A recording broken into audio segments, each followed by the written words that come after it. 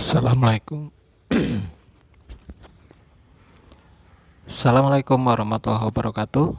Selamat pagi dan salam sejahtera untuk kita semua. Baik, anak-anakku, kali ini kita akan melihat tentang apa sih SKS yang ada di SMA Negeri 1 Wonosobo. Yang pertama, tentang pengertian dari SKS. Pengertian dari SKS adalah bentuk penyelenggaraan pendidikan untuk melayani peserta didik sesuai dengan bakat, minat, kemampuan, dan kecepatan belajar. Ya, jadi dalam hal ini SKS itu diselenggarakan karena adanya perbedaan bakat, minat, kemampuan, maupun kecepatan belajar dari peserta didik. Bagaimana sejarah SKS di SMA Negeri 1 Wonosobo? SKS di SMA Negeri 1 Wonosobo dimulai pada tahun 2013 sampai dengan tahun ini, ya.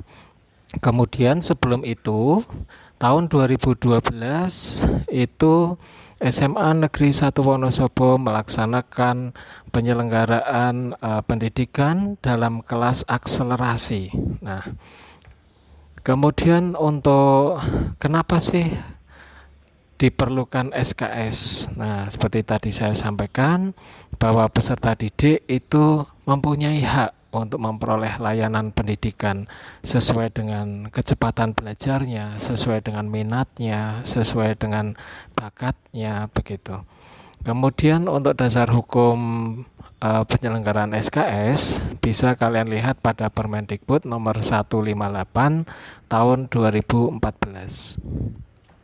Anak-anakku di SMA Negeri 1 Wonosobo dari kelas 10 sampai dengan kelas 12 semuanya menyelenggarakan SKS. Ya, SKS itu dilaksanakan bukan untuk kelas tetapi sekolah. Jadi semuanya melaksanakan program SKS. Kemudian di dalam program SKS itu juga bisa meluluskan anak lebih cepat, yaitu 2 tahun. Anak dalam penyelenggaraan SKS itu bisa lulus 2 tahun, bisa lulus 3 tahun, dan bisa lulus 4 tahun. Nah, sesuai dengan kecepatan belajarnya. Untuk 2 tahun itu biasanya anak-anak akan dilihat dari nilai harian yang sudah masuk ke kurikulum, kemudian dilakukan tes. Dilakukan tes pada akademis, ya, pada 6 mata pelajaran, yaitu bahasa Indonesia, bahasa Inggris, matematika, kemudian 3 mata pelajaran sesuai dengan peminatannya. Kalau IPA, MIPA berarti ada biologi, fisika, kimia. Kalau IPS itu ada ekonomi, sosiologi, dan geografi. Nah, anak-anakku, kenapa kalian harus memilih 2 tahun? Banyak hal yang perlu dipertimbangkan, ya. Yang pertama adalah efektifnya waktu. Kalian bisa menyelesaikan pembelajaran di SMA itu hanya dalam 2 tahun, bukan 3 tahun atau 4 tahun malah, ya. Jadi 2 tahun kalian bisa menghemat waktu. 1 tahun yang seharusnya kalian masih di SMA, kalian sudah masuk di bangku perguruan tinggi. Kemudian yang kedua, kalian bisa membantu orang tua, ya. Jadi ketika kalian menyelesaikan 2 tahun, maka bisa dikalkulasikan berapa biaya yang kalian hemat, ya. Jadi kalian bisa menghitung dari transportasi 1 harinya berapa, kemudian dikalikan 1 tahun. Uang saku kalian berapa setiap harinya. Untuk pembelian buku, alat tulis, yang lainnya, ya, itu berapa. Belum iuran yang harus dibayarkan dalam 1 tahun itu berapa. Itu sangat menghemat dan kalian bisa membantu orang tua untuk masalah pembiayaan ketika kalian bisa lulus dalam 2 tahun. Yang ketiga, kenapa kalian harus memilih 2 tahun atau kalian harus berlomba-lomba untuk bisa masuk dalam 2 tahun? Ketika nanti kalian lulus di program 2 tahun, maka kalian semua akan didaftarkan beserta kakak kelas kalian itu dalam senam PTN. Tetapi untuk yang lulus 2 tahun mempunyai satu kelebihan. Kelebihannya yaitu ada satu centangan yang diisi, ya. Ada satu centangan di situ bahwa kalian itu adalah anak-anak yang luar biasa. Ada satu centang yang membuat kalian mempunyai nilai plus untuk perguruan tinggi. Dengan nilai yang sama, maka perguruan tinggi akan lebih memilih anak yang lulus 2 tahun dibandingkan dengan yang 3 tahun. Ini yang perlu kalian pahami.